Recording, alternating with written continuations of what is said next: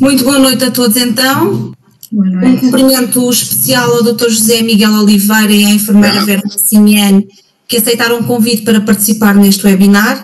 Um cumprimento a todos os encarregados de educação, auxiliares, professores, técnicos do município, enfim, a toda a comunidade educativa que se juntou a nós nesta sala online e a todos os que nos acompanham eventualmente em direto na página de Facebook do município da Zambuja. Por motivos de agenda, o Sr. Presidente da Câmara não pôde participar neste webinar, mas endereçou cumprimentos a todos e desejou-nos uma boa sessão de trabalho. Este webinar surge na sequência de um ciclo de formações que a Câmara Municipal fez pelas escolas e pelas instituições do Concelho, com os nossos principais parceiros e agentes de proteção civil. Um agradecimento muito especial que queremos tornar público aos comandantes dos bombeiros da Zambuja e de Alcoentro, o Ricardo e o Ângelo, ao coordenador Fábio Tristão da Cruz Vermelha da Veiras de Cima, ao nosso coordenador operacional municipal Nuno Fonseca, aos nossos técnicos de educação, a parte educativa e a parte dos transportes, ao chefe do Serviço de Transportes da Câmara Municipal de Zambuja e, em último lugar, mas não menos importante, a quem nos tem acompanhado desde o primeiro momento desta pandemia e que tem estado sempre disponível dia e noite, a enfermeira de saúde pública Vera Massimiane. Todas as auxiliares de educação e professores receberam formação e orientações específicas sobre como deveriam proceder em caso de caso suspeito, que cuidados deveriam ter no dia a dia, que regras iriam ser postas em prática, seja ao nível da higiene da limpeza, da desinfecção, seja ao nível do cumprimento de todas as normas da DGS. Estas formações decorreram sensivelmente no último mês, presencialmente em cada agrupamento, no caso os auxiliares, e o mesmo procedimento foi feito para os professores, sendo que neste caso a formação foi online. E existe ainda, a título de informação a todos os que nos acompanham, uma equipa de 5 psicólogos preparada para dar resposta às necessidades dos alunos. Portanto, os professores poderão solicitar a intervenção dos psicólogos da Câmara junto de alunos que apresentem maior ansiedade relativamente a esta temática, seja em sessões de grupo, seja individuais. Pensamos que nesta fase de adaptação a uma nova realidade, no regresso às aulas poderá ser de importância redobrada a participação dos pais ou encarregados de educação nas nossas sessões de parentalidade positiva, promovida pela equipa multidisciplinar de intervenção comunitária da Câmara Municipal de Zambuja. Os grupos de pais, estes em concreto, têm o objetivo de potenciar competências parentais, fazer face aos desafios da parentalidade, estreitar as relações dos pais com a escola, aspectos que são essenciais para o sucesso escolar dos nossos alunos. No ano letivo passado conseguimos dar formação a 66 pais encarregados de educação e, portanto, neste momento vamos dar início ao nosso webinar Regressar à Escola com Confiança. Peço a todos os participantes que desliguem o som e, se eventualmente quiserem colocar alguma questão aos nossos convidados, poderão fazê-lo através do chat para quem nos acompanha nesta sala ou no Facebook para quem nos acompanha nas redes sociais. No final de todas as intervenções dos nossos convidados, procuraremos responder às dúvidas que foram colocadas. Peço a vossa especial atenção para o nosso primeiro convidado, o Dr. José Miguel Oliveira, psicólogo educacional, formador nas áreas comportamental e psicopedagógica, autor e excelente comunicador. Não é a primeira vez que o Dr. José Miguel Oliveira está em Zambuja. Recordo que no ano passado a Câmara Municipal levou a cabo um conjunto de 3 workshops subordinados ao tema do livro do Dr. José Miguel, O Poder da Palavra. Um em Zambuja, outro em Aveiras de Cima e outro em Manique do Intendente. Hoje o Dr. José Miguel Oliveira irá falar-nos essencialmente como regressar às aulas com confiança, como enfrentar os nossos medos e de que forma podemos mudar o nosso discurso em casa junto dos nossos filhos para passarmos uma mensagem sobretudo de confiança. Dr. José Miguel, o tempo é seu. Olá, boa noite e antes de mais muito obrigado pelo convite e pelas suas palavras elogiosas. Eu, como é óbvio, como também sou pai e tenho uma professora em casa e tenho acompanhado muito perto este stress, vamos pôr assim, esta ansiedade que está aqui a ser gerada à volta do regresso à escola. E há 2 ou 3 coisas que me preocupam. Convém dizer que para se tomar boas decisões, e quem tem que tomar decisões, neste caso os decisores políticos, eu não gostava de estar no lugar deles. Isto foram todos apanhados de surpresa e não têm uma experiência para trás que lhes permita copiar e reproduzir exemplos que já foram eficazes noutras situações. Portanto, é uma aprendizagem de investigação, ação, de tentativa e erro. Convém é que não nos deixemos envolver num discurso único e um único olhar sobre a questão. Portanto, o meu papel não é reproduzir o discurso e o olhar e as preocupações dos técnicos de saúde, por isso é que eles são técnicos de saúde, dos economistas e gestores, por isso é que eles são gestores, de outro tipo de técnicos. A minha preocupação tem que ser estritamente do ponto de vista do psicólogo, neste caso psicólogo educacional. Portanto, eu espero que o meu discurso não pareça demasiado radical ou desfasado, mas acho que faz falta sempre um contraponto, e é preciso muitas vezes triçar, questionar do outro lado para as coisas se equilibrarem, porque dá uma ideia que o barco está a tender, estamos todos a colocar-nos no mesmo lado, o barco vai tombar, ou seja, não é preciso fazer aqui um equilíbrio. E como o discurso é todo muito alarmista, negativo e muito pesado, eu acho que é excessivamente pesado, principalmente desde logo para as crianças, porque elas não ouvem só o que os pais dizem, não ouvem só o que as pessoas dizem, elas também veem televisão, elas também têm telemóvel, elas também falam com os colegas, e está-se a tornar demasiado pesado e carregado. Ainda há pouco ouvi o Primeiro-Ministro a falar, e não estou a dizer que é intencionalmente, mas todo o discurso parecia que era carregar na responsabilidade dos alunos cumprirem as regras na escola, porque senão parece que a segunda vaga da pandemia, a segunda vaga do Covid, estava dependente do bom comportamento dos alunos. Isto é peso demais para quando é miúdo ou adolescente, é excessivo. E isto elimina a confiança. Ora, e sem confiança vai ser difícil de encontrar um caminho. Então, a principal preocupação é a gestão deste medo, que é um medo natural, é um medo expectável. Estamos perante uma ameaça. Ora, medo, em termos emocionais, o medo é uma resposta a uma percepção de ameaça, de perigo. É um mecanismo de proteção, é um mecanismo de defesa. Nós todos estamos apetrechados com isto, ainda bem que temos isto. Só que o medo, quando ultrapassa um determinado limite e que se torna aquilo que vulgarmente chamam de pânico, é um medo contraproducente. Portanto, é um medo que, em vez de nos ajudar a enfrentar a situação, em vez de nos ajudar a enfrentar a situação, é um medo que nos tolhe e que nos faz fechar, digamos. Pensando assim, o que é o medo? Um exemplo, eu tenho medo, eu posso dizer, eu tenho medo porque estou a ver um cão. Eu tenho medo de cães, e então estou com medo porque está ali o cão. E toda a gente diz isto, naturalmente, e acha que não, mas não é verdade. Eu não tenho medo porque está ali um cão. Eu tenho medo porque, perante essa presença desse cão, eu estou a percepcionar um perigo, e um perigo iminente. Ou seja, porque eu atribuo ao cão a capacidade de me fazer mal, e essa capacidade de fazer mal está iminente. Porque se eu conseguisse olhar para o cão, o cão que está lá, e não entender a presença do cão como um perigo iminente, eu já não sentia o medo, ou não sentia a mesma dose de medo. Portanto, nesta lógica entre a percepção que eu tenho da situação e aquilo que eu sinto. Ora, se eu conseguir perceber a situação de facto como perigosa, mas menos perigosa do que me têm pintado, eu continuo a ter medo e a ter um mecanismo de proteção que me leva a ter cuidado, que me leva a estar atento, que me leva a não ultrapassar determinados limites, mas que me mantém lúcido, capaz de lidar com o problema.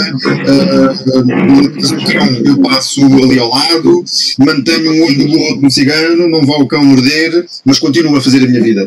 Na primeira situação, o medo, a percepção do perigo pode ser de tal maneira exagerada que eu fico, de certeza que o cão me vai morder, e então nem sequer ando ou volto para trás quando não consigo fazer a minha vida.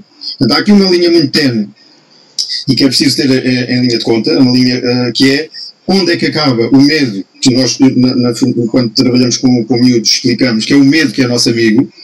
Onde é que acaba o medo que é nosso amigo e começa um medo que, por ser mentiroso, exagerado, completamente desajustado, acaba por ser contraproducente. Então, quando explicou com miúdos, no primeiro ciclo, e se pergunta, então dá-me lá um exemplo de um medo que pode ser nosso amigo. E eles facilmente dizem o medo de ser atropelado. Sim, o medo de ser atropelado é que me leva a olhar para a esquerda e para a direita, quando vou atravessar a estrada, a esperar que não haja trânsito, ou atravessar a passadeira, porque se eu não tivesse medo de ser atropelado, entrava pela estrada dentro e era atropelado. O medo de cair por uma ribanceira abaixo, não é? Quando eu estou lá em cima, é que me leva a encostar à parede e andar tranquilamente, ou andar de forma segura, encostado para não me fugir o pé. Esse medo está lá para me ajudar. Portanto, o medo, que vem de uma percepção de um perigo, que é de facto um perigo real, é uma grande ajuda para a minha sobrevivência e para encontrar mecanismos de proteção e encontrar formas alternativas de fazer aquilo que eu tenho que fazer. Quando ultrapassa esta linha, o medo torna-se contraproducente. Portanto, e este medo que estamos a colocar em cima das crianças, cuidado, não podes fazer, não podes abraçar os teus amigos, não podes jogar a bola, não podes tossir, não podes fazer isto, cria uma ansiedade que, e já lá vamos depois às preocupações em termos de desenvolvimento e em termos de aprendizagem. Isto cria uma ansiedade paralisante, para além, e que ainda pior, a meu ver, que é uma percepção gradual de uma hipótese, uma possibilidade de uma gradual culpabilização. Se eu não for capaz de cumprir as regras, que eu sou... Eu ouvi um discurso de miúdos com 9 anos, 10 anos, preocupados se não levariam depois o vírus para casa que podiam matar os avós. Isto é demais. Isto é um exagero, vai para além daquilo que é a prevenção, daquilo que é a nossa obrigação de ajudar as crianças e os jovens a protegerem-se e a protegerem os outros. Portanto, o medo, muitas vezes aqui vem pelo excesso de informação desnecessária, confunde-se informação com esclarecimento, e nós parece que não há filtros. Abrimos o telejornal e constantemente a informação é: morreram mais 5.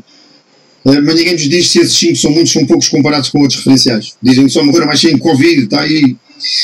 Sem querer tirar a gravidade à situação, convinha se calhar também dizer ao mesmo tempo que, bom, também morreram 5, mas morreram 300.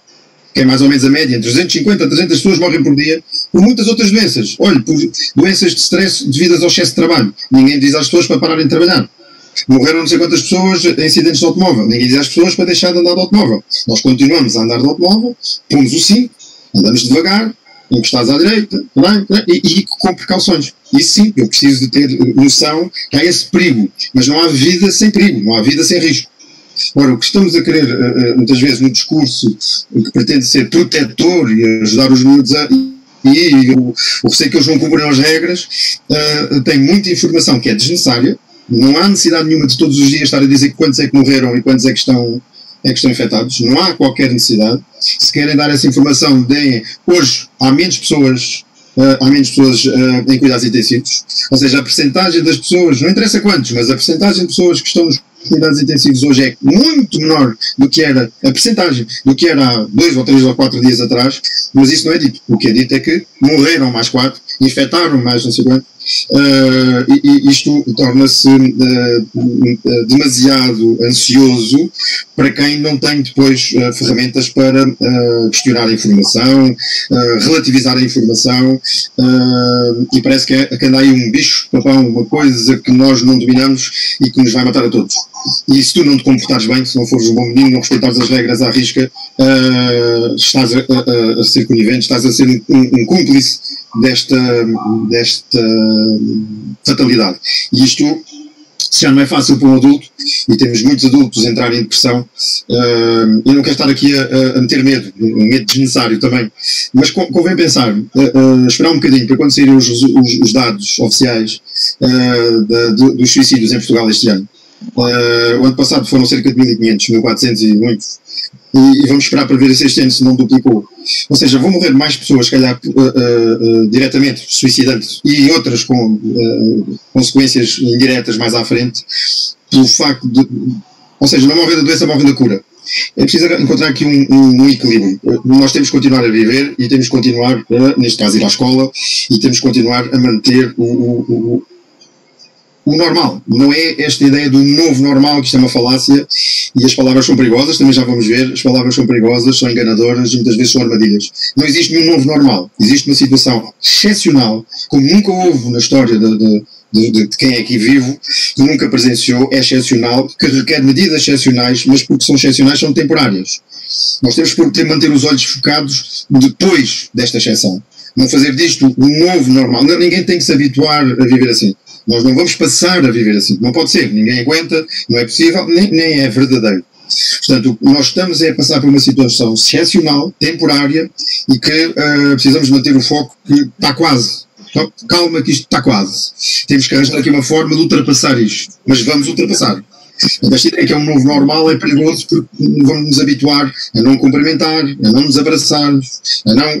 ainda hoje ouvi a história de um miúdo que, na escola, no meio de uma brincadeira, ele disse, não te chegues para o pé de mim que senão passas-me o vírus, e os outros começaram a dizer, és brincas, és um... eu acho que ainda não se mediu bem. Por isso é que é preciso ouvir todos os pontos de vista. Eu tenho que falar do meu, não é? Ainda não se percebeu bem, não se mediu bem qual é o impacto, a médio e longo prazo, o impacto que estas medidas excessivas de resguardo e de precaução, e já vamos ver porque é que eu digo que são excessivas, porque é que estas medidas acabam por ter um efeito pernicioso e que vai ser pior emenda que o soneto, se não tivermos cuidado. Então, como eu penso que os pais, os professores, mas os pais estão fartos de ouvir falar especialistas e psis, né, que falam e explicam que é importante, não sei quê, mas depois não materializam e não vos dizem, tá bem, mas agora o que é que devem fazer, ou o que é suposto fazer, que é isso que nos interessa, ok, então como é que eu lido com isto, como é que eu faço? Eu vou tentar que o meu contributo seja muito mais focado nas dicas que eu acho que podem ser úteis para lidar com a situação, do que propriamente estar a fazer considerações sobre a importância que o Piaget diz, ou Vygotsky, sobre a interação na relação com os outros e na aprendizagem. Então vamos começar se calhar pelo princípio. Primeiro que tudo é preciso falar disto. Falar à mesa, sentarmos, temos que falar. Temos que falar da situação como está, temos que falar das nossas preocupações, temos que falar abertamente, chamando os bois pelos nomes, não fingindo, mas também não dando aso a exageros ou dando ouvidos àquilo que agora se chama os fake news e tal. Vamos habituar-nos, nós próprios, a confirmar primeiras fontes, a verificar a veracidade daquilo que estamos a ouvir vários pontos de vista e não ouvir tantas vezes o mesmo telejornal. Eu se estiver o dia inteiro a trabalhar e a televisão estiver ligada, eu ouço a mesma notícia 20, 30 vezes. E no mesmo telejornal estava a dizer, ao bocadinho, não sei quantos, morreram 4 e depois começam outras notícias de repente, mas atenção, que a pandemia está outra vez, cada vez estamos pior, fala-se que isto é uma sensação, estamos a pôr o enfoque em algo que nós não controlamos.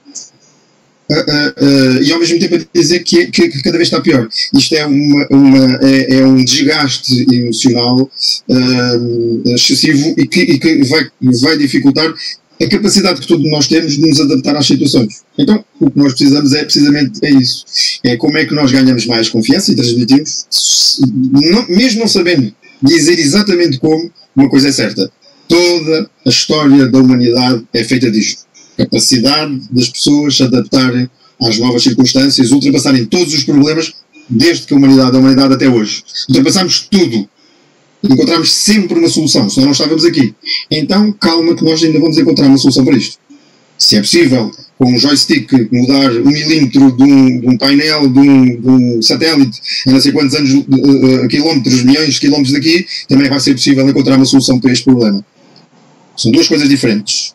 Balizar o problema, chamar os bois pelos nomes, não andar com exageros e com amplificações do problema, pôr o problema na sua devida proporção. Segundo, pôr o enfoque na solução, no futuro, porque isto é temporário, é uma crise e como o próprio nome de crise, ou conceito de crise quer dizer, é temporário, é um pico, é uma coisa excepcional. Tem riscos? Tem. Mas todas as ações humanas têm riscos. Todo dia corremos riscos. Vamos habituar-nos a correr os riscos de uma forma não desnecessária. Vamos correr os riscos protegendo-nos tanto quanto possível e protegendo os outros. Então, a primeira coisa, o primeiro conselho será esse, é falar. falar abertamente, não fingir, não fazer de conta que, é falar abertamente. E este falar implica uma segunda questão que é mais importante ainda, que é escutar. Como é que tu te sentes? Como é que tu estás a viver isto? Não pressuponho que já sabem como é que as crianças estão a sentir isto. Ninguém sabe. Não, o que é mais curioso é que quanto mais especialista é o professor, doutor, catedrático, perdão, mais dúvidas tem. Desconfia sempre das certezas, das coisas claras. Os miúdos adaptam-se facilmente. Depois vem outro e diz, desconfiem. Isso não é verdade. Se querem saber como é que os vossos filhos ou os vossos alunos estão a lidar com isto, parem, respirem fundo, metam o chip que é eu não sei, deixa-me lá perceber. Como? Perguntando. Então senta-te lá aqui. Então como é que tu estás a lidar com isto? Então o que é que te preocupa? Então o que é que... e como é que tu achas que se pode fazer? Então o que é que tu propões? Então o que é que dizes disto? Pô-los a falar, escutá-los sobre o que é que lhes vai lá dentro. Temos duas vantagens. Primeiro, tranquilizamos, porque lhes damos importância. Segundo, podemos obter informação que pode ser útil, não só para a maneira como vamos lidar com eles, mas muitas vezes pode ser uma surpresa, porque eles têm... estratégias ou ideias que nunca nos passou a nós com a cabeça. E às vezes as coisas mais simples são as mais eficazes. O outro ponto é, portanto, tem a ver com isto, tem a ver com a tal clarificação da informação. Não deixá-los ficar sozinhos com a informação. Servir de mediador, acompanhar a informação e não deixar que ela entre assim crua, porque não fazemos ideia do impacto que está a ter do outro lado. Convém que haja aqui uma mediação, portanto fazer uma filtragem positiva da informação, que é, em vez de dizer já morreram não sei das quantas, dizer cada vez a percentagem de pessoas que são afetadas é muito menor quando comparada com o número total de afetados. Então isto ajuda muito, eu não quero entrar depois nas áreas da saúde, mas lendo, pesquisando, é fácil de ver. O que nós estamos a assistir é que muito provavelmente, dizem os especialistas, é que o vírus, que é inteligente e quer cá ficar, está a tornar-se menos voraz, menos agressivo para o seu hospedeiro e mais fácil de transmitir. Portanto, o que estamos a ver é que cada vez há mais pessoas contaminadas, mas cada vez a percentagem das pessoas contaminadas que entram nos cuidados intensivos e as que morrem, a percentagem é cada vez mais pequena. Isto já é uma informação útil.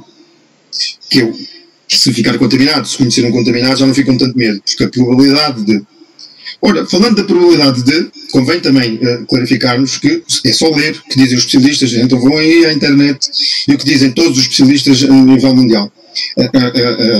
A probabilidade de uma criança contaminar outra, vamos falar de primeiro ciclo, é várias vezes, eu não sei de cor, mas é várias vezes inferior à probabilidade de um adulto contaminar outro adulto. Portanto, as crianças desta faixa etária, estamos a falar até aí aos 12 anos, têm menor probabilidade de apanhar o vírus, menor probabilidade de transmitir o vírus. É muito mais fácil ser o adulto a transmitir a uma criança do que a criança trazer o vírus para casa. É muito mais fácil o pai trazer o vírus para casa porque andou nos transportes públicos para ir trabalhar. Só várias vezes mais provável do que o aluno trazer da escola. Estamos a falar de escola, que é um dos locais onde há mais procedimentos de desinfecção, de cumprimento de regras, quase até paranoico, que é isso que depois me preocupa, que é o exagero do outro lado, que há escolas até que já têm marcado no chão até onde é que o professor pode ir. Ora, não interessa se o aluno está a chorar, se está carente, se não entende, o professor não pode passar daquela linha. Isto é a paranoia já a florescer, isto vai dar mau resultado. Portanto, voltando ao que eu estava a dizer, então, não confundir informar com esclarecer. Informar não é dizer que morreram 10, 7, 4, que já temos 1800. E esclarecer é, sim, morrem pessoas, é possível morrer do Covid. Quem é que morre? Se vamos ver a percentagem de pessoas abaixo dos 70 anos que morreram com o Covid, bom, então fica irrisório. Certo? Fica portanto, temos que proteger os mais vulneráveis, temos que pensar nos princípios que nos levam a sermos enquanto cidadãos. Eu acho que é uma boa oportunidade para treinar a cidadania, mais importante do que todas as aulas de cidadania, é aproveitar isto e pegar nos alunos e dizer, bora lá, vamos lá então pensar como é que nós conseguimos manter a nossa vida dentro do mais normal possível, mas mantendo a nossa obrigação de proteger os mais vulneráveis e de não sermos nós agentes de contaminação, se quiser for assim. É muito mais importante do que estar a dizer, não podes fazer assim, tens cuidado com 2 metros, tens que usar assim, não podes fazer isto. São regras demais. São regras vistas como, sentidas muitas vezes como incompreensíveis, inexecuíveis. Isto cria demasiada pressão. Já vamos ver também a diferença entre idades e efeitos completamente diferentes. Um outro ponto que para mim eu acho que é importante, antes de chegarmos às dicas mais concretas, é clarificar aqui o conceito de regra. Fala-se de regra como se estivéssemos só a falar de procedimentos. E isto é fundamental. Uma coisa são procedimentos, outra coisa são princípios. E se estivermos a falar de regras baseadas em princípios, fundamentadas, se calhar eu consigo entender. Se estivermos a falar de regras que são apenas enumeração de procedimentos, e pá, se eu não tiver capacidade de perceber qual é o fundamento, qual é a justificação, qual é o enquadramento, qual é o propósito, qual é o ganho dos procedimentos, o mais provável é elas tornarem-se contraproducentes. Um exemplo muito simples: eu sou adulto, tenho 54 anos, psicólogo, entendo estas coisas todas, informado, eu chego ao supermercado e dizem é obrigatório o uso de máscara. Eu percebo, sim, tem a ver com a proteção, é obrigatório manter 2 metros de distância, e eu faço isso. Mas depois venho a sair e tem umas setas no chão que diz é obrigatório ir para ali para a direita e andar por aqui, mas eu tenho que ir para ali, não está ninguém. Estou borrifando para as setas que estão no chão e vou direito para onde eu tenho que ir, para não ir dar uma volta, que é uma coisa incompreensível. Lá está uma regra que não serve para nada. Olha, mas eu sou um adulto, eu continuo a cumprir as outras. Basta que eu tivesse as outras duas, que são 2 princípios básicos, e quando eu fosse a sair, eu tento ficar a 2 metros ou 1 metro da pessoa que vem do outro lado e já não há perigo. Mas não, mesmo que não esteja ninguém, eu tenho que dar a volta porque as setas estão no chão e alguém me vai chamar a atenção porque eu não passei. Esta regra torna-se uma regra estúpida. E isso é que temos de ter cuidado com as regras estúpidas. O que é que são estas regras estúpidas? São regras que criam um efeito contrário àquilo que foram pensadas. Então, se a regra não tiver um enquadramento, se não tiver uma razão de ser, se não for coerente, se as regras forem demais, regras para tudo e mais alguma coisa, se forem demasiado ao procedimento, que é entrar com o dedo enfiado na orelha, com o pé para trás, coisa que chega a uma altura que é inexecuível. Para mim, só essa é que é inexecuível, eu continuo a cumprir as outras. Mas se eu tiver 14 anos e corro o risco de deixar que isso contamine, sim, a noção de regra. Então se há regras que não servem para nada, que são parvas, são certo, então as regras, de um modo geral, podem não ser assim tão importantes. E aí começamos a ter um efeito contrário. Ninguém aguenta cumprir tantas regras tão exigentes durante tanto tempo. Mas precisamos ter aqui algumas regras para as próprias regras. Desde que tudo, convém que elas sejam poucas, concisas, eficazes, bem dirigidas. Convém que as regras estejam ajustadas à minha capacidade de entendimento e de cumprimento. Se eu tiver 7 anos, 6 anos, 7 anos, eu preciso que as regras sejam de facto a preto e branco, muito concisas, muito claras, porque eu preciso desse reconhecimento que eu sou um bom menino, que estou a cumprir as regras. Eu estou a cumprir as regras, faz assim, deita para a esquerda. Qual é o problema aqui? E o perigo? E quando eu não consigo cumprir, então eu vou assumir que não sou um bom menino. Há alguma coisa de mal em mim, eu não sou capaz, eu não estou a fazer o que devia. Ou, quando o meu colega não está a fazer, eu torno-me um fiscal e dizer, professora, ele não está a fazer, ele não está a ser um bom menino. Então, aquilo que seria o efeito positivo da regra, que era levar-me a ter um comportamento protetor, acaba por se tornar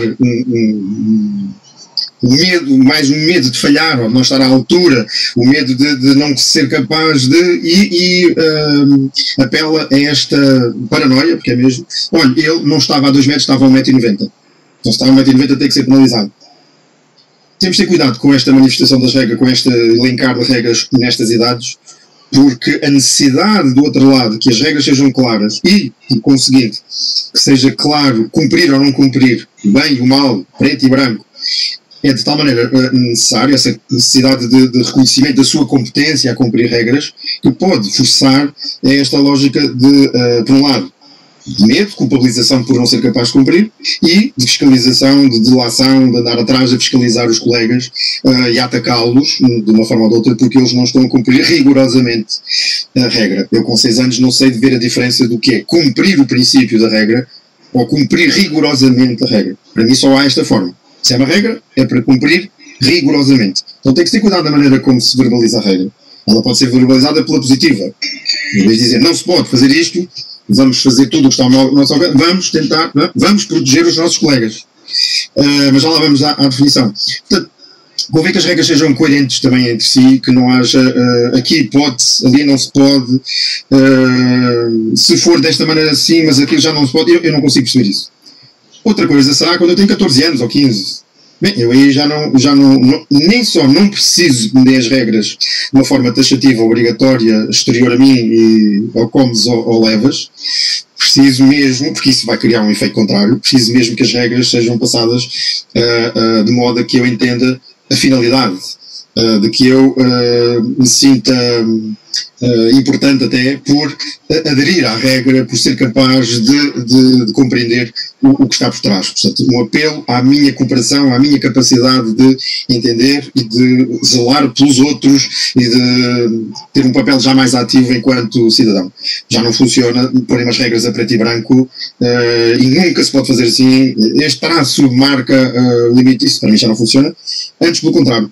Portanto, aí se calhar já convém que se faça um apelo à relatividade das regras umas entre as outras dentro do sistema, que me façam, que me convidem a refletir sobre as regras, a pôr cenários, a apelar aos valores, à ética, à moral da sociedade de que eu faço parte. É mais provável que eu adira, que eu aceite e que eu, de uma forma positiva, cumpra essas regras. Porque senão, assim que não tiverem a olhar para mim, até para mostrar algum poder, eu violo as regras todas. Estás a ver? Olha para isto. Principalmente depois, fazendo aqui um parênteses, depois olhar para a televisão e ver que afinal a mesma regra que me estão a obrigar a mim, outras pessoas até com mais velhas ou com outro poder, noutra circunstância, parece que aquilo para eles já não interessa. Então, isto não é coerente. Então volto outra vez. Eu, adulto, percebo que não é coerente esta regra, não ponho em causa as regras. Eu, adolescente, se há 2, 3 regras que não fazem sentido, muito facilmente passo por um registro em que as regras dos adultos, as regras que vêm de fora, isto não faz sentido, não é para estar a cumprir, isto é só para me chatear ou para manifestar poder. E eu preciso de me opor a este poder, naturalmente. Portanto, tem um efeito contrário, eventualmente. Então, cuidado com as regras, para não serem demasiadas, com as regras que criam uma culpabilização para quem não os cumpre, ou que são apresentadas como tens que cumprir, ponto final. Não és tido nem achado, não interessa o que é que tu sentes, esta é a regra, e como se fosse a verdade absoluta. Porque ainda há mesmo assim há muitas regras que, eu também não sou dessa área, mas se falamos sobre os especialistas, ainda há algumas regras que são controversas quanto à real em termos significativos. Quando se põe de um lado uma coisa e outra, se de facto produz assim um efeito tão significativo. Muitas delas produzem um efeito psicológico, de proteção, de confiança, e é disso que estamos a falar. Então, o mais importante do que cumprir a regra A, B ou C daquela forma é se, com aquelas regras, daquela forma, nós conseguimos que os alunos se sintam mais confiantes. Então, entramos aqui um bocadinho na formulação da regra. No outro dia estava numa Santa Casa Misericórdia, onde eu dou também assessoria, e ia falar com o diretor, e havia esta discussão. Os miúdos não podem jogar a bola. E disse isto, e alguém disse, não podem jogar a bola. Por causa do contacto, e a maior parte dos adultos que lida com os miúdos, sejam professores, sejam pais, sejam... Pois, claro, está feito. E subscrevem. Não, vamos lá parar, vamos lá pensar. Não se pode jogar a bola. Nós não podemos respirar para cima dos outros. Ok, o que nós podemos é lavar as mãos, desinfetar tudo o que tocarmos, usar máscaras, não sei o quê. Porquê? Temos que nos proteger e temos que proteger os outros de... Então o desafio colocado às crianças, neste caso, seria, vamos lá ver, meus amigos, como é que nós conseguimos arranjar um jogo da bola, jogando, porque nós precisamos de jogar, nós precisamos de conviver, nós precisamos de nos relacionar, porque nós precisamos de... não é só as crianças, eu fazendo aqui um parênteses, é o único ser vivo que só se torna aquilo que é na relação com os outros. Se nós tirarmos um gato à nascença, um gato da mãe à nascença, e lhe demos o biberon, ele é sempre um gato a vida toda. Mia, coça-se, faz tudo como qualquer gato. Não precisa de convivência com outros gatos para aprender a ser gato. Uma pessoa não. Para nos tornarmos pessoa, isso só acontece na relação com os outros. Senão ficaríamos um ser a meio caminho. Não desenvolvíamos a linguagem, se não desenvolvíamos a linguagem, não desenvolvíamos o pensamento complexo, ficámos um animal a meio caminho. Não éramos uma pessoa. Não nos podíamos chamar humanos. Nós só nos tornamos humanos na relação com os outros. Sem os outros nós não somos. Então, o que estamos aqui a inverter a situação. O desafio será como é que nós continuamos a ser em grupo, em sociedade, e ajudar-nos uns aos outros. Como é que continuamos a cooperar? Como é que nós continuamos a ser agora durante este período excepcional? Se é um período excepcional, tem que ter regras excepcionais. Amigos, vamos lá. Vamos lá arranjar aqui um jogo em que possamos divertir-nos, em que possamos encontrar, mas mantendo os princípios fundamentais de como não contaminar o outro, e se tocarmos o que é que vamos fazer. Olha, agarra na bola, põe dentro de um alguidar de gel, põe-se a jogar a bola, vestem uma bata, um fato de macaco, que tiram quando acabarem de jogar a bola, o que quiserem. Não se pode dar de barato, sem pensar, quando alguém diz não pode jogar a bola, toda a gente assina por baixo. Cuidado. Continua a dar. Certo? Que é preciso medir quer dizer, em vez de morrer da doença, morre da cura. Os efeitos da falta de socialização, os efeitos da falta de contacto ao nível do desenvolvimento emocional, ao nível do desenvolvimento social, de várias competências, capacidade de medir até onde é que termina os seus direitos e começa do outro, a sua liberdade, a capacidade de se aferir em relação aos outros. Quer dizer, podíamos estar aqui a noite toda a elencar a importância da relação interpessoal e da relação com os outros e do estar com os outros. Até na aprendizagem. A gente já lá vai. Mas andamos aqui anos e anos a dizer e a tentar que os miúdos saíssem do telemóvel, que os miúdos saíssem do computador, fossem para a rua, para poderem aprender a ler e a lidar com o ambiente ao seu redor, para se poderem desenvolver harmoniosamente, para conviverem com os outros, e agora dizer, não, esquece lá isso. E damos de barato. Repare que desde o princípio o que eu disse, eu não estou aqui a querer dizer que não se deve fazer. Estou a dizer é que tem que haver vozes do outro lado, a empurrar o barco para o outro lado para isto não tomar, porque senão corremos o risco de, com medo, pomos todos do mesmo lado e o barco acaba por tomar, vamos todos ao fundo. Tem que haver aqui um equilíbrio. E a correndo o risco de parecer que estou a ser muito radical, eu digo, entre a probabilidade dos miúdos se contaminarem naqueles breves momentos em que estão em contacto, é que nós não estamos a falar de estar 2 horas abraçados. Estamos a falar de andar a correr no meio da rua, ao ar livre, e de vez em quando há um encosto quando se troca a bola. É isto que estamos a falar. Tenho muitas dúvidas que haja um risco tão importante nesses breves contactos, se tivermos a bola mergulhada, como eu digo, no alguidar de gel. Se os miúdos usarem uma bata ou um fato de treino, só usam para jogar a bola, e que assim que acabarem de jogar a bola, tiram o fato de treino, põem dentro de um saco de plástico, fecham e levam para casa e vai diretamente para a máquina. Tenho muitas dúvidas que isto corra, que isto é um risco assim tão grave de contaminação. Só que o que é que nós dizemos? Cuidado, não podemos, está feito. Não questionamos as regras, porque foi assim que fizeram connosco. As regras são sempre exteriores, nunca fomos convidados a participar na construção das regras, a questionar, e então o que é que fazemos? Passamos assim para os miúdos. Se isto durasse um mês, tudo bem. Já lá vão muitos meses e adivinham-se outros. Vamos ter que preparar os miúdos para o que vem aí, e o que vem aí precisa de confiança, precisa de uma maior percepção da capacidade de enfrentar. Então, em vez de apelarmos ao medo, que serviu quando foi o confinamento, devíamos começar a apelar à coragem para enfrentar. Como é que nós... Era o que mais faltava. Nós vamos ter que encontrar aqui mecanismos de proteção. Nós temos que arranjar... Não vamos permitir que o vírus, vamos chamar assim, nos impeça de sermos pessoas. Como é que nos mantemos pessoas? Como é que explica um miúdo de 5 anos que não pode abraçar o amigo porque está triste? Podes passar o vírus, assim, mas está tudo, o que é que se passa aqui? Como é que eu expresso as minhas emoções com 4 anos, com 5 anos, se eu não posso tocar no outro?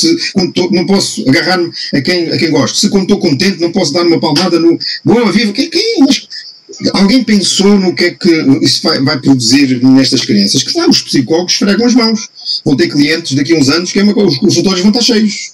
É preciso algum cuidado no exagero e na linearidade das medidas. Se as regras estiverem mais fundamentadas em princípios, é muito mais fácil de ajustar, de transmitir, de ganhar adesão por parte do outro lado, do que se elas estiverem apenas plasmadas em procedimentos que são verdades absolutas e inquestionáveis. A diferença entre um procedimento e um princípio é fácil de explicar. Por exemplo, eu costumo dar este tempo aos pais. Se eu disser às minhas filhas, quando eram pequeninas, olha, vocês têm que se deitar às 9h30. Isto é um procedimento. Tem que se deitar às 9h30. Não há hipótese de deitar a 90% das 9h30 ou 80%. Não. Ou é ou não é. É um procedimento. É assim que se faz. Tem uma forma de verificar. Se eu insistir neste tipo de regra, que é um procedimento, o que é que isto vai levar? Bem, várias coisas, e quem é pai e mãe sabe. Por um lado, é injusta a regra, porque tenho duas filhas. Uma sempre precisou de dormir 9 horas, ainda hoje, e adulta. Se não dormir 8, 9 horas, não funciona bem. A outra, pode dormir 6h30, nem é preciso 7 horas e está sempre bem. Tem necessidades diferentes, portanto, logo à partida é injusto estar a tratar as duas da mesma maneira. Mas, fora disso, o que vai levar é que, pai, mas vá lá, é só hoje. Às 9h35 já estou em falta. E eu fico mal, queres ver? Já não estou a cumprir o procedimento. Como é que eu faço? Vou penalizar porque não estou a cumprir o procedimento? Às 9h40, 9h45. Quando é que eu começo a castigar? Quando é que eu começo? Isto cria uma pressão e faz de mim um fiscalizador em vez de mim um educador. Outra coisa era se eu definisse as regras baseadas em princípios. Olha, vocês têm que dormir no mínimo estas horas, porque é assim que o corpo se retempera e é assim que amanhã vou estar em condições de cumprir com a vossa missão. Querem ir para a escola, dar o vosso melhor, estar em condições de trabalhar. Que é o que eu faço. E todos nós aqui em casa cumprimos a nossa missão, a nossa medida. Ora, isto permite o quê? Permite que um dia é às 9h30, o dia às 10, depende do dia que se levanta, das horas que se levanta amanhã. Para uma é mais uma hora, para outra é outra, depende das necessidades. Permite-me ajustar, permite-me. E mais importante do que isso, dando muito mais trabalho, permite-me aos poucos ir pondo locos de controle, a capacidade de gestão, a necessidade de cumprir a regra para dentro dela e não para um controle exterior. E então há de haver um dia em que, naturalmente, são eles que dizem, não, eu vou-me deitar porque eu preciso descansar. E não é às 9h30, não interessa. Mas é o princípio que está apropriado. E este princípio, depois de apropriado, pode ser transferido para outras áreas da vida delas. Já a regra que é cumprida apenas porque é um procedimento, cria só esta ideia de que, quando eu não cumpro com aquilo que me obrigam, estou a incorrer numa falta. Das duas, uma. Ou eu finjo, minto, que é para ninguém saber que eu estou a cumprir a falta, ou então eu assumo que tenho uma falta e porque eu, de facto, não sou um bom menino, não estou a fazer as coisas que devia. E qualquer um deles perverte o meu desenvolvimento. Portanto, vamos aproveitar precisamente esta situação de crise, esta situação excepcional, vamos aproveitar esta carga que isto tem para tentar que estes miúdos que passaram por este período excepcional consigam sair amanhã com uma carga também de aprendizagem e de desenvolvimento que nós nunca tivemos essa oportunidade. Vamos tentar não perder a oportunidade de ajudar a criar pessoas mais resilientes, mais capazes. Claro que vamos ser capazes de ultrapassar isto. Era o que mais faltava. Mas para ultrapassar isto precisamos disto. Vamos lá, o que é que vocês acham? Como é que a gente faz? Contributos. Portanto, as regras fundamentadas em princípios, e os princípios sim são inegociáveis, são os princípios éticos, morais da nossa sociedade. Nós temos que zelar pelo outro. Nós não temos o direito de causar mal ao outro. Na nossa sociedade, não. Então, esse princípio é que tem que estar sempre presente. Como é que eu faço? Então, para agir o meu dia-a-dia sem violar o princípio. Pois as regras que são os procedimentos são ajustadas à idade, ao contexto, à situação. Aqui é mais à esquerda, naquela escola faz-se assim, na outra faz-se assado. Mas os princípios é que interessam. E estamos todos a contribuir. Onde é que isto nos leva? Mais outras dicas. Dicas de indicações, vamos mais assim. Ao fazermos isto, estamos a pôr um enfoque nas coisas que nós controlamos, que dependem de nós. Estamos a desviar o enfoque. Há um vírus que vai matar toda a gente e o que é que eu posso fazer? Ainda ontem dizia um virologista, um especialista, a dizer que a segunda vaga está aí e não há nada que possamos fazer para a contrariar. Então está calado. Se não há nada, esquece lá isso. Então, tens que dizer o que é que eu posso fazer, que é para eu me focar nisso. Agora, focar em coisas que eu não domino é desnecessário, é energia que que eu vou consumir e que é prejudicial. Já chega. As coisas que eu não controlo, as coisas que eu não domino, ok, já fui informado, uma vez chega. Agora tenho que me focar nas coisas que eu posso mudar. O que é que eu posso fazer? Então digam-me, dê-me exemplos, ajude-me. E ao ajudar-me, monitorize-me. É isso que a criança pede ao professor ou ao pai. Como é que a gente pode fazer? Estou a fazer bem? Dá-me lá aí uma ideia. Como é que eu faço?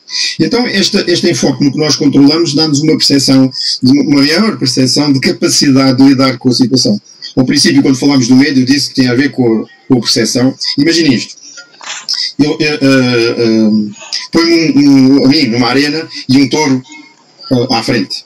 Um touro, 600 quilos, em pontas.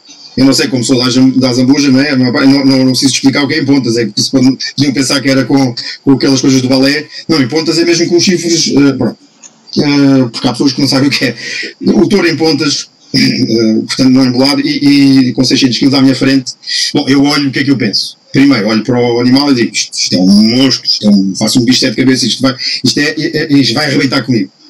E quando olho para mim, para a minha capacidade de lidar com a situação, o que é que eu digo? Estou feito ao vivo, eu nunca lidei com touro. Portanto, esta conjugação entre a amplificação que eu faço da ameaça e a diminuição que eu faço da minha percepção de competência para lidar, isto dá-me um índice de ansiedade, de medo, de descontrole, perdão. Eu fico sem palavras, talvez só para pedir umas calças novas ou qualquer coisa do género, porque o medo derreia-me. Agora vamos imaginar que o touro é o mesmo, a situação é a mesma, mas em vez de ser o Zé Miguel, é o Zé Carlos, que é o cabo dos moços forcados da Moita, que eu moro aqui em Algesvedes, dos forcados da Moita, do aposento da Moita. Ele está lá, olha para o touro continua a ter 600 kg e está em pontas. Se lhe furar, se o touro lhe espetar, é igual, o furo é igual como a mim. Porquê é que ele não tem tanto medo e porquê é que ele lida de maneira diferente? É simples, percepção. Ele olha para o touro e consegue chamar, neste caso é mesmo isso, os bois pelos nomes. Ele conhece. Não é um bicho que mata, é aquilo. É um touro de 600 quilos que mata, que faz, não sei quanto, que se comporta desta maneira. O perigo está lá, mas está delineado, está clarificado. Ok, eu sei o que é que tenho que enfrentar. Eu conheço. Já sei. Já me esclareceram. E quando olha para si diz assim: mas eu tenho aqui algumas ferramentas.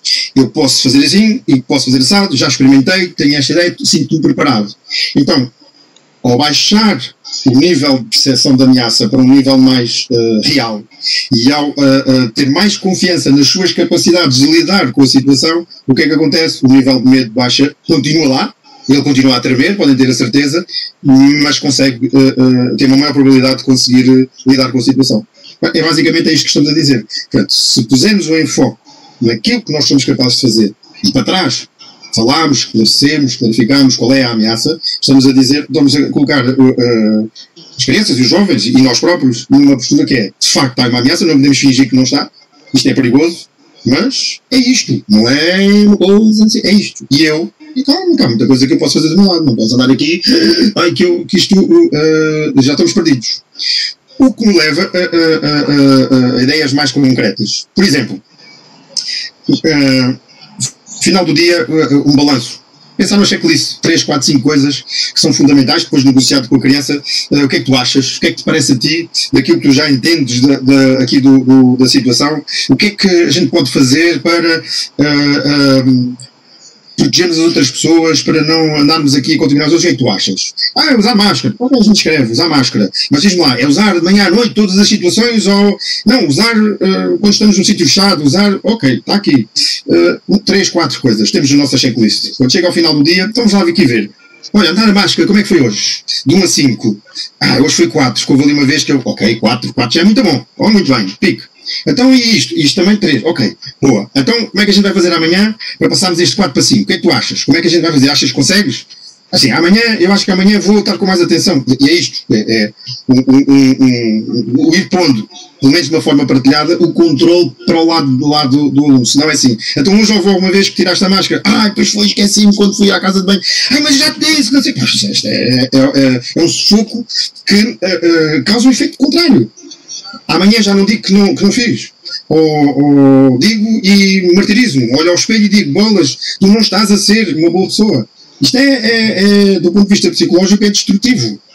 Portanto, vamos pôr o partilhar o controle, usando esta ideia do balanço, chegar ao final do dia, vamos lá aqui analisar, boa, está passado, vamos lá ver para amanhã. Então como é que a gente pode fazer aqui? Mas dá-lhe um mecanismo, de acordo com a idade, de autocontrole, nem que seja uma checklist que está ali, para ele pôr lá um pico, eu acho que hoje fiz bem, boa, estás a ir bem, é isso mesmo, estamos a fazer aquilo que está ao nosso alcance. Não podemos dizer que assim vai ser impossível apanhar o vírus, não, mas tudo o que está ao nosso alcance nós estamos a fazer, então estamos bem, vamos lá agora falar de outra coisa. E está fechado. E não se fala mais de Covid o resto da noite. Fecha-se a televisão, vê-se um filme de desenhos animados ou outra coisa qualquer. Por isso, isto é impossível de processar esta carga toda. Se para os adultos já é, ou seja, a taxa de consumo de antidepressivos, ansiolíticos, disparou, e de uma forma inteligente, não é? Mas de proteção, não se diz quanto. Os dados não são divulgados já, porque é assustador. As consultas de psicologia e de psiquiatria aumentaram, triplicaram. Os psicólogos fregam as mãos. Se a gente gosta disto, vem mais gente pedir ajuda. Quando o psicólogo devia trabalhar para a sua própria extinção, ou seja, criar nos outros mecanismos de autorregulação e de proteção, de modo a que deixe de precisar do psicólogo. E é isto que devemos fazer com as crianças. Educá-las de forma que gradualmente deixem de precisar de nós. Sim, ao longo, mas que deixam, ou seja, que se sintam cada vez mais capazes de decidir por si, de encontrar uma solução, de encontrar uma alternativa, mais confiantes para enfrentar os problemas. E não é com medo desmedido, medo, ai, que tens que, isto não se pode, não se faz, assim, fizeste mal, já te disse, não podes, não é? E não é com isto que se constrói essa confiança. Para fecharmos, assim, aqui mais 2 ou 3 dicas. O objetivo seria, muitas vezes, depende também da idade, mas conseguir antecipar o cenário. Vamos lá aqui supor, se amanhã, por exemplo, te esqueceres da máscara quando falaste comigo, e se abraçares um amigo e se fizeres, o que é que achas que podes fazer a seguir para remediar ou para compensar? Se calhar o melhor é fazer assim, se calhar o melhor é fazer assado. Ótimo, então vamos combinar assim. Se por acaso acontecer de não cumprires a regra, ou se por acaso acontecer algum amigo te abraçar, porque está triste e teve que se abraçar, ok? O que é que tu podes fazer a seguir? Em vez de criar aquele pânico, ele abraçou-me, não se pode fazer, não, peraí, agora que abraçou, peraí, como é que eu faço? Vou lavar já as mãos, vou se calhar dizer à educadora ou à professora, bom, mas se é para mudar de roupa, tem que haver uma roupa no saco. Então, a partir de agora levas sempre uma roupa no saco, se por acaso se não te sentires bem, mudas a roupa. Quer dizer, eu não sei se é assim, tem que ser alguma coisa deste tipo. Que é antecipar um cenário, porque se não anteciparem um cenário e eu trabalhar a resposta para esse cenário, é muito mais fácil lidar quando ele acontece. Eu já o vivi na minha cabeça, nunca vai ser o cenário que eu imaginei, mas o que eu trabalhei foi a capacidade de lidar com o cenário improvável, com aquilo que eu não estava à espera. Uau! Porque senão fico em pânico, e agora o que é que eu faço? Eu não devia, e urino para as pernas abaixo, a pensar, eu não devia ter abraçado o meu amigo, agora será que eu estou a ficar com o vírus? Será que eu fiz mal? Ui! Não, vamos por hipótese, vamos antecipar os cenários. Todos nós não conseguimos cumprir as regras a 100%. Todos nós vamos ter momentos em que vamos falhar. Então vamos para o cenário. Imagina tu que acontece isto. O que é que achas que se deve fazer? Olha, assim, uma boa ideia. Então fixa. Se acontecer, vamos fazer assim. Então, e ele sente-se preparado. Eu não sei o que é que vai acontecer, mas se acontecer desta ou daquela maneira, eu sei tenho uma ideia do que é que faço. Portanto, não fico em pânico. Portanto, se juntarmos isto com a escolha das palavras mais positivas, da maneira como nós falamos da situação, como falamos de nós, falamos do que está a acontecer, de vez de nos apercebermos, não só amplificamos o problema, como lhe damos uma tonalidade tão negativa, dizer são só palavras. Não é verdade. As palavras criam óculos. Naqueles workshops que fizemos com os pais sobre o poder da palavra, esta é a tónica. As palavras que nós usamos criam a realidade que vemos. Isso é muito diferente de dizer assim, isto tem uma desgraça. Isto é uma desgraça, isto está tudo da hora da morte. Pode dizer, isto tem um desafio como nunca houve antes. Os meus pais nunca tiveram que lidar com este desafio. Os meus pais, quando era filho, quando era miúdo, filho, sem ser adulto, nunca tiveram que lidar com isto. Os pais que estão agora com esta dificuldade em lidar com a situação de ter os filhos para ir para a escola, os pais deles nunca tiveram nada que se assemelhasse em termos de perturbação, de medo, nunca tiveram nada que se assemelhasse. Portanto, eu posso dizer, está aí um desafio, e está aqui uma coisa, olha, precisamos estar no nosso melhor para lidarmos com isto. Temos de estar muito atentos à coca, e é preciso da tua ajuda. Para me ajudares a estarmos aqui à coca. Nós temos de estar aqui à coca, que é para não deixar que o vírus ganhe. E isto é um discurso positivo. O discurso negativo é, olha, se tu não viste, olha, já viste como é que é? Ai, que não sei, ai, que morreu, não sei, ai, pá, isto. É como quando comecei. Em vez de dizer, morreram mais 7, há mais não sei quantos infectados, nós podemos dizer verdade, dizendo assim, cada vez há menos pessoas muito doentes entre as que são afetadas. Basta fazer as contas, não é preciso ir a um curso de estatística. Se aparecem 609 casos e descem 2 nos cuidados intensivos, basta ver que a percentagem das pessoas que estão nos cuidados intensivos face ao total das pessoas doentes baixou consideravelmente.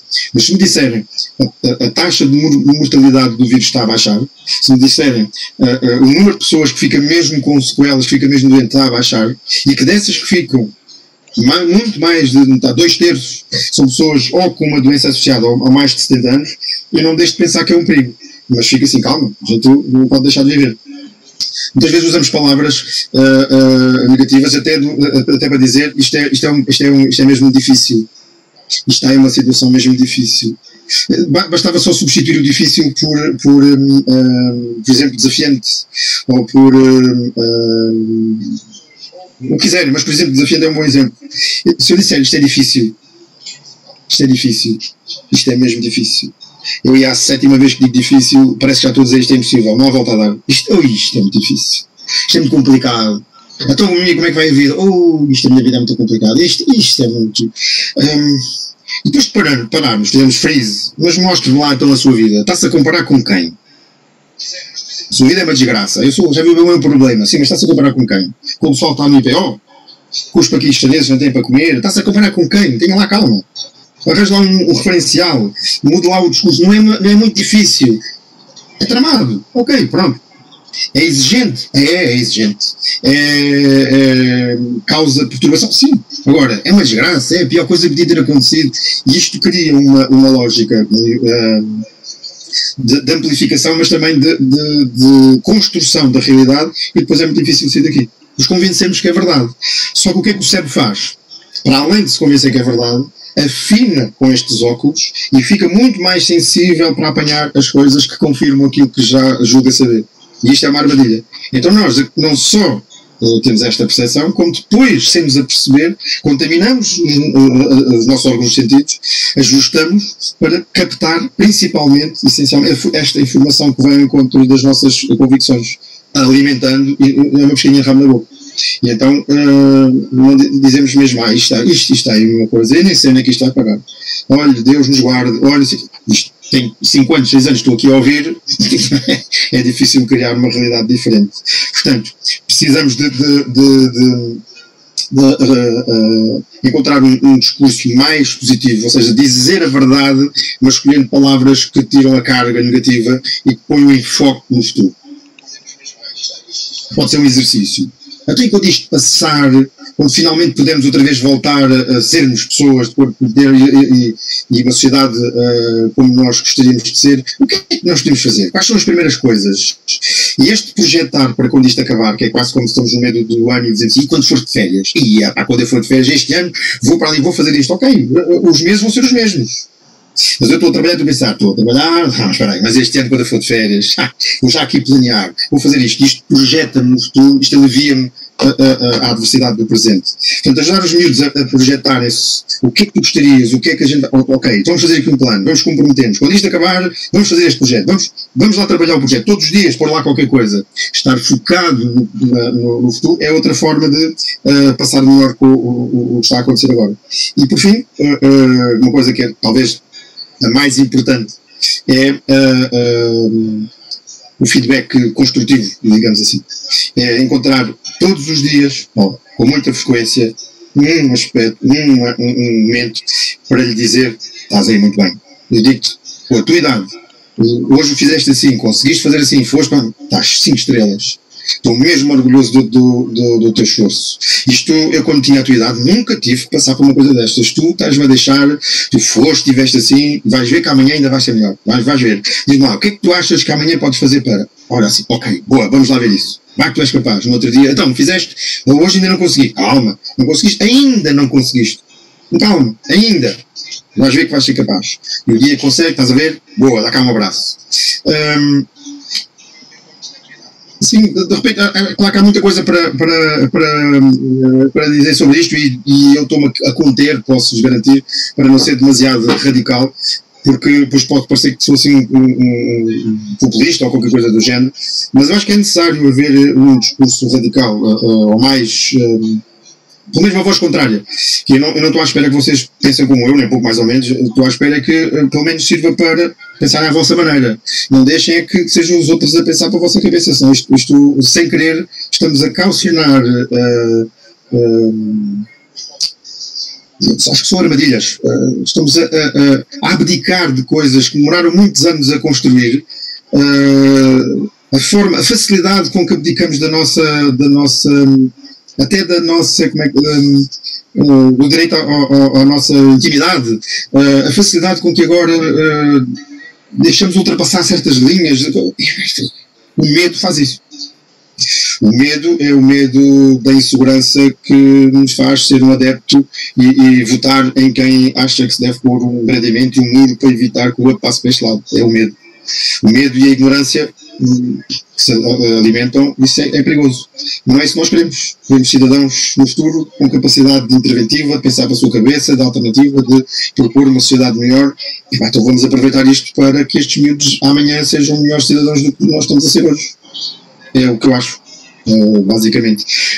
Pronto, não sei se calhar já ultrapassei o tempo. Sim.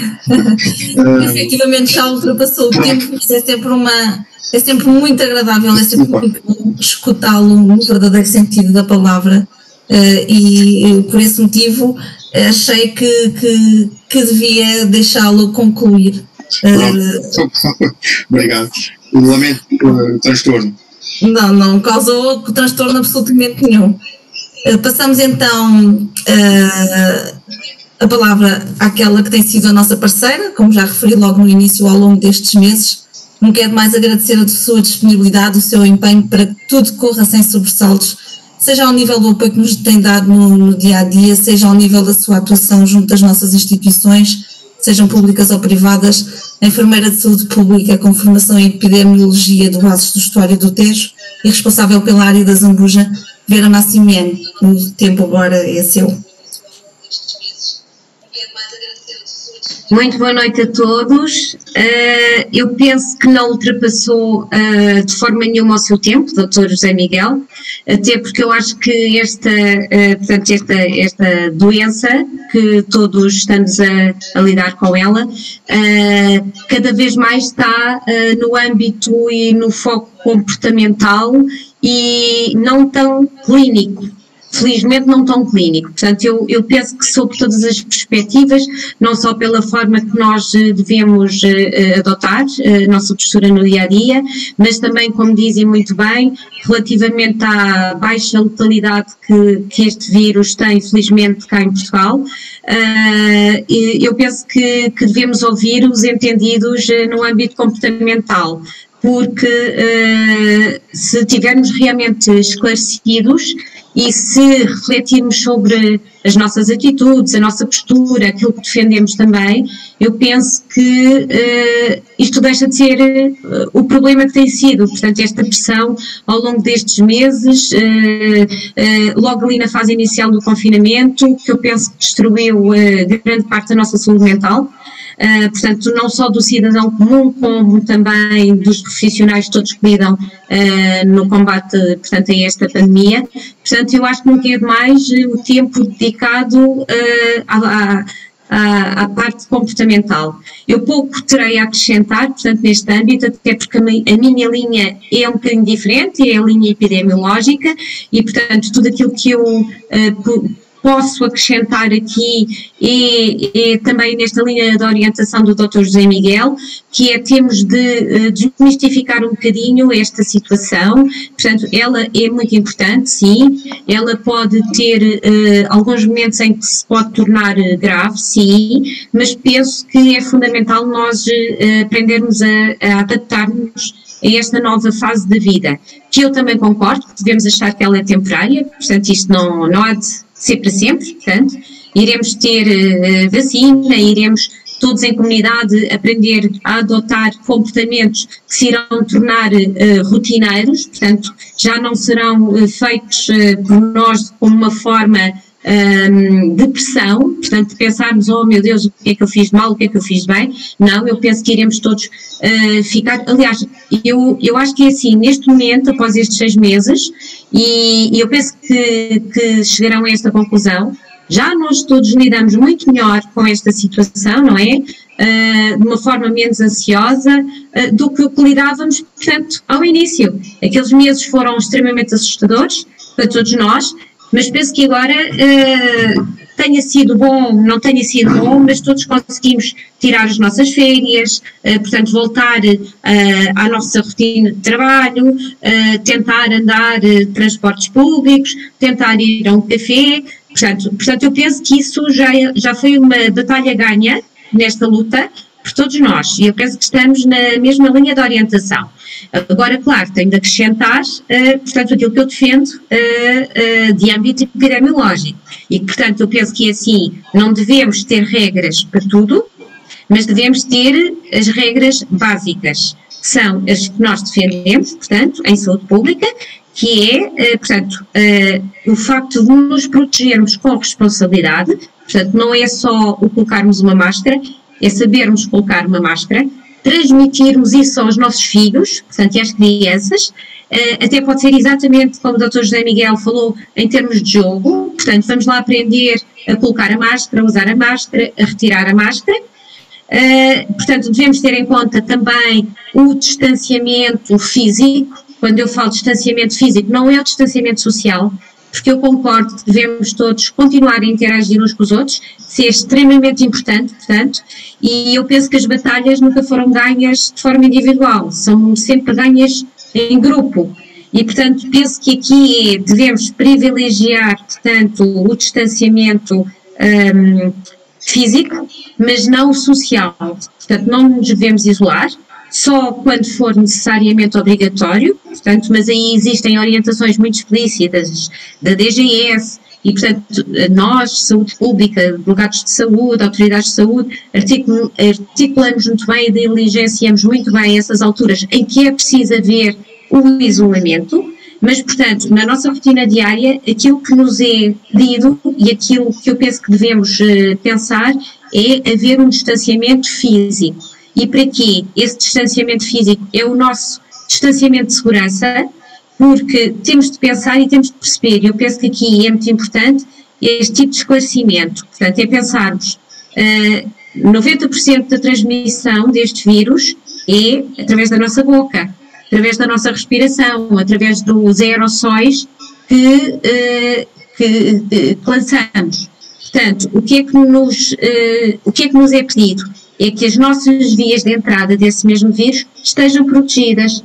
Portanto, aqui se tivermos protegido a nossa boca, o nosso nariz, em determinados momentos os nossos olhos, portanto, não há necessidade de estarmos isolados. Portanto, podemos interagir uns com os outros, mas, portanto, com esta forma de proteção. Portanto, aquela ideia que havia uma alta transmissão através dos objetos, através das superfícies, ela não está posta de parte, mas sabemos que o risco é baixíssimo, portanto, neste momento é ínfimo. Portanto, isto também nos traz aqui uma certa segurança, não é? Para lidarmos uns com os outros, para irmos à escola, portanto, para os nossos filhos também estarem em segurança. E não é pensarmos que neste momento existem contextos de alto risco e, como eu costumo sempre dizer e tenho dito em reunião com os professores, com os auxiliares, portanto, é que a escola não deve ser encarada como um contexto de alto risco. Ela não é. Portanto, neste momento, quem faz os contextos de alto risco serem de alto risco somos nós, se não estivermos protegidos, se não soubermos usar devidamente a máscara, desinfetar devidamente as mãos, portanto, somos nós que temos de ter a capacidade de nos proteger.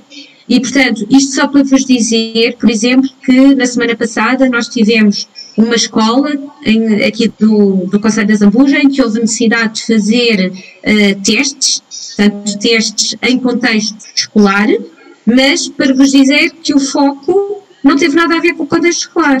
Ou seja, houve um surto num café muito próximo dessa escola e que era frequentado por grande número de profissionais dessa mesma escola. E, portanto, no contexto escolar, estes profissionais equipavam-se ao máximo, desinfetavam ao máximo as mãos, seguiam os circuitos, distanciavam-se e depois esqueciam-se que quando vinham, por exemplo, a este café, em que estava numa altura de maior descompressão, numa altura de lazer, que o foco podia exatamente estar ali.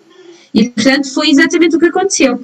Felizmente não houve, portanto, infectados nesta escola, mas houve muitos infectados naquele café.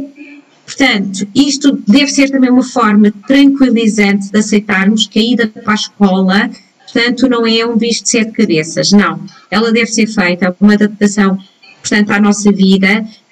Tal como o Dr. José Miguel dizia, e eu corroboro esta situação, portanto, aqui a transmissão entre crianças, portanto, existe sim, mas, portanto, é diferente do que se for, portanto, um adulto para uma criança. Uma criança é sempre menos infectante para um adulto do que um adulto para criança. Pronto, agora está-nos a acontecer, realmente em termos de dados estatísticos, termos mais crianças infectadas, mas isso também é porque estamos a testar um bocadinho mais. Com esta preocupação da ida à escola, não é? Estamos a aceitar aqui que as crianças, portanto, devem ser mais testadas como uma forma tranquilizante. Portanto, se agora nestes próximos dias se verificar um aumento em termos de dados estatísticos do número de crianças maioritariamente infectados, também se deve um bocadinho a isso. Portanto, é porque estamos a testar um bocadinho mais. Mas dizer-vos que ainda assim, por exemplo, temos muitas situações em que as famílias, portanto, famílias adultos estão infectados e que as crianças não estão. Portanto, tivemos agora uma situação de 2 adultos infectados, de 2 irmãos mais velhos infectados e do pequenino da família não estar infectado. Portanto, existe aqui uma panóplia, portanto, que nos permite também aceitar esta abertura das escolas, não é? Eu concordo com a abertura das escolas, concordo que o retomarmos a nossa vida é extremamente importante também, mas sempre com esta preocupação e com esta responsabilização. E eu penso que aquela pressão que neste momento nós estamos a fazer nas nossas crianças, ela não devia estar nas nossas crianças, devia estar nos adultos. Os adultos neste momento, aqueles que mais prevaricam.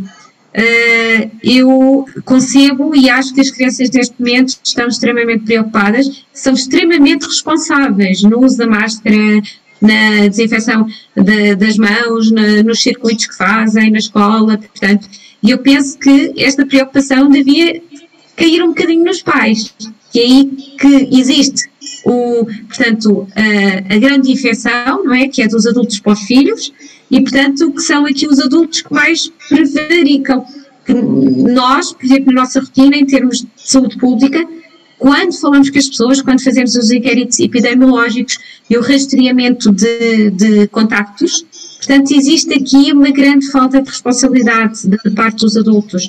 Continuam a fazer convívios e devem fazê-los, mas de forma protegida, e portanto isso não acontece, não é? Fazem os convívios, portanto, de forma pouco protegida, portanto,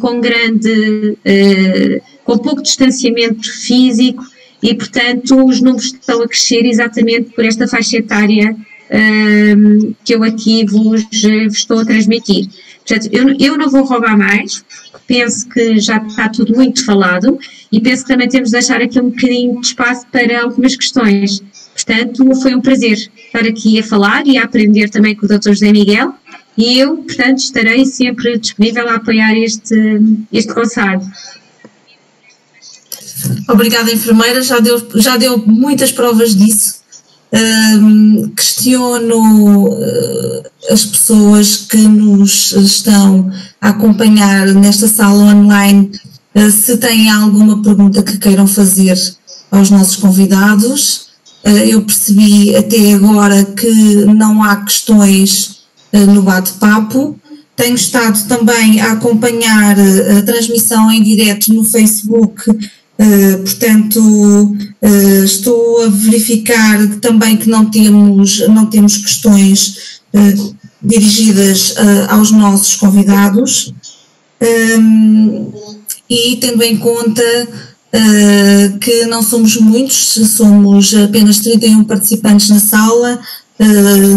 No Facebook temos tido entre 40 a 60 participantes, mas tendo em conta que não somos muitos na sala, daria agora a oportunidade a alguém que quisesse fazer alguma pergunta diretamente, em vez de estar a escrever, que quisesse fazer alguma pergunta diretamente aos nossos convidados ou fazer uma breve intervenção.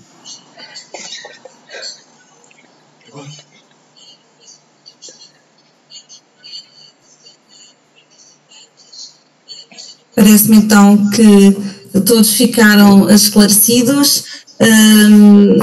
Permitam-me que resuma esta sessão a 3 palavras que acho que devemos todos interiorizar. São elas responsabilidade, confiança e participação cívica. E com isto terminamos.